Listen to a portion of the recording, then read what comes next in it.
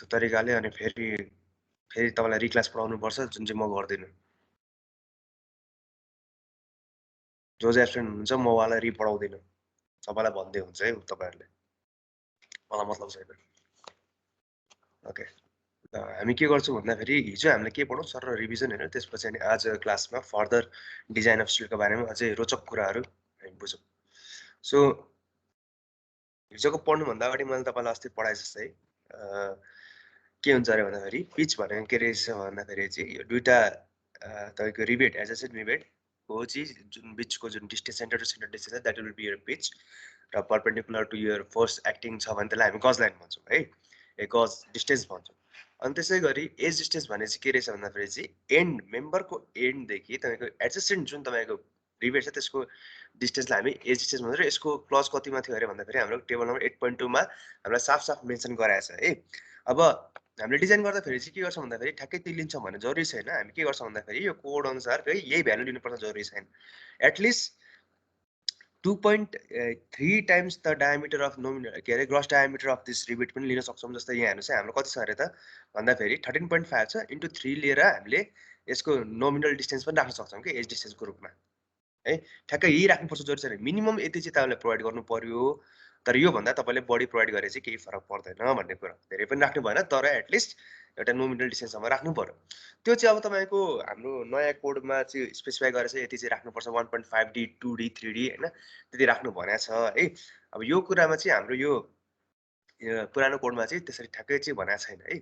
So as डिस्टेन्सको बारेमा हामीले हेरिहाल्यौं कहाँबाट रहेछ एज डिस्टेन्स। अनि त्यसपछि अर्को भनेको मैले तपाईलाई पढाए ल्याब जोइन्टमा पनि डबल सेयर सिंगल सेयर मैले पढाइसके।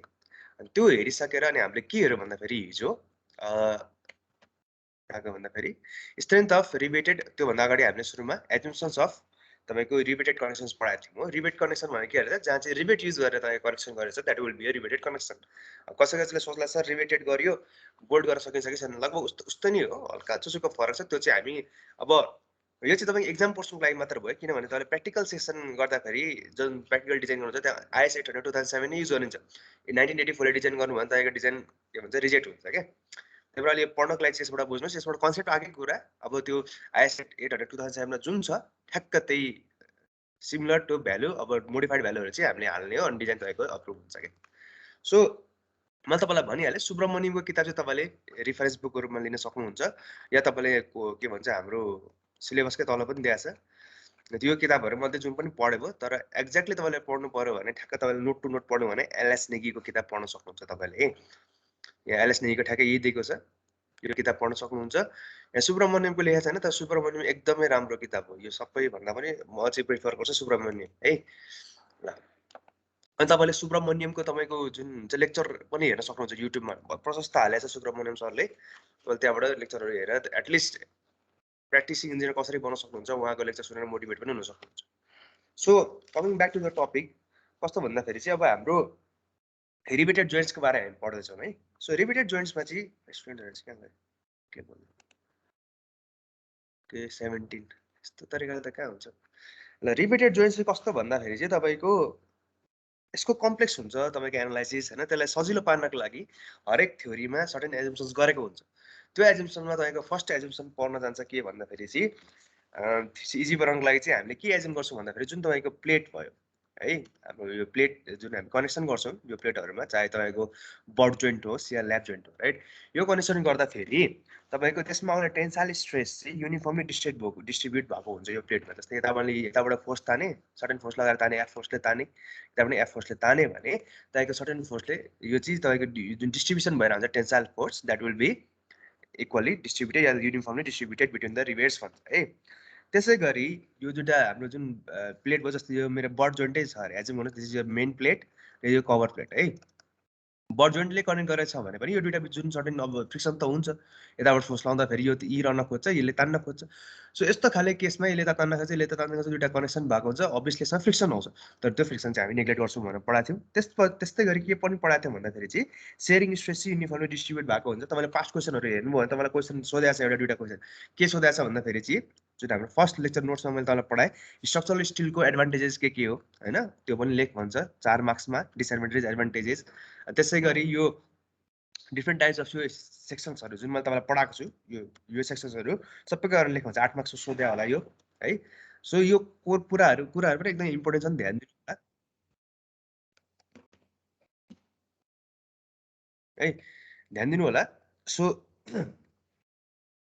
पुगेको थियो एडभान्टेज डिसएडभान्टेज अनि त्यो कुराहरू आयो अनि त्यसमा आज तपाईँलाई म working stress method limit stress method र अल्टिमेट लोड मेथडको बारेमा सर्टेन आइडिया दिन्छु अनि त्यसपछि मैले हिजो तपाईँलाई के पढाएँ भन्दाखेरि चाहिँ अर्को एजुम्सन्स के थियो भन्दाखेरि चाहिँ सेयरिङ स्ट्रेस चाहिँ युनिफर्म डिस्ट्रिब्युटेड भयो त्यसपछि जुन हामीले रिबेट होल बनाउँछौँ रिबेट हाल्नको लागि द्याट इज कति हुन्छ युजली हाम्रो यदि लेस देन इक्वल 25 mm छ भने रिबेट होल चाहिँ 1.5 ले जोड्ने होइन त्यस्तै गरी अर्को भनेको तपाईँको यदि ग्रेटर देन 25 mm छ भने तपाईँले त्यसमा चाहिँ रिबेट होल्स चाहिँ के भन्छ +2 mm जोड्नुपर्छ यो तपाईँको कोडैमा भन्छ क्लज नम्बर कतिमा भनेर चाहिँ छ अरे भन्दाखेरि हामीले हेरि पनि सक्यौँ यो क्लज नम्बर भन्छ 8 पोइन्ट कहाँ माथि हेर्नुहोस् त 8.9.3 मै पनि भनेको छ यो क्लज नम्बर मार्क गर्नु होला अब न्युमेरिकलमा यो क्लज नम्बर भनेको थिएँ म भन्छु है त्यसपछि हामीले के पढ्यो भन्दाखेरि यो जुन हाल्दाखेरि अलिकति अब ठुलो हुन्छ यो अलिअलि हामीले फिट गरिसकेपछि ह्याम्बर गरिसकेपछि पनि सर्टेन अलिकति ग्याप चाहिँ हुन्छ कि तर हामी के एजुम्सन गर्छौँ भन्दाखेरि त ग्याप्सहरू चाहिँ तपाईँ कम्प्लिटली फिल्ड भयो भनेर एजुम्सन गर्छौँ त्यसै गरी अनि यो ग्रुपमा हामीले रिबेट हालेको छ जस्तै मैले यसलाई माथिबाट टप भ्यू बनाएँ टप भ्यू बनाउँदाखेरि तपाईँ के देख्न सक्नुहुन्छ भन्दाखेरि चाहिँ यहाँ जाउँ अनि यहाँबाट तपाईँको यसरी ग्रुपमा प्रोभाइड गरेको छ सपोज रिबेट यसरी दुईवटा एउटा प्लेन भयो 1 1 प्लेन मान्नुहोस् यसलाई 2 2 प्लेन मान्नुहोस् एउटा 2 2 प्लेन है यो दिस इज प्लेट ए यसको तल अर्को प्लेट छ दिस प्लेट बी यो दुइटालाई मैले यसरी जोइन गरेको छु द्याट इज यो तपाईँको के हो यो चाहिँ तपाईँको ल्याब जोइन्ट भयो यो ल्याब जोइन्टलाई यसलाई मान्नुहोस् दुईटा प्लेट यो ए प्लेट भयो यो बी प्लेट हो भने यो प्लेटमा तपाईँको जुन ए प्लेटमा भएको 1 1 प्लेन 2 2 प्लेन यिनीहरूले चाहिँ के गर्छ भने यो ग्रुपमा भएको जुन तपाईँको रिबेट्स छ यिनीहरूले यसमा लागेको लोड चाहिँ इक्वली सेयर गर्छ भन्छ कि सबै रिबेटले बराबरी सेयर गर्छ भन्छ कि यो अर्को एजुम्सन हो त्यसै गरी bending stress in rebate neglect गरिन्छ भन्छ यस्तै सर्टेन एजुम्सन छ यो तपाईँ एनएसनीको किताबमा पनि छ 1 मिनट है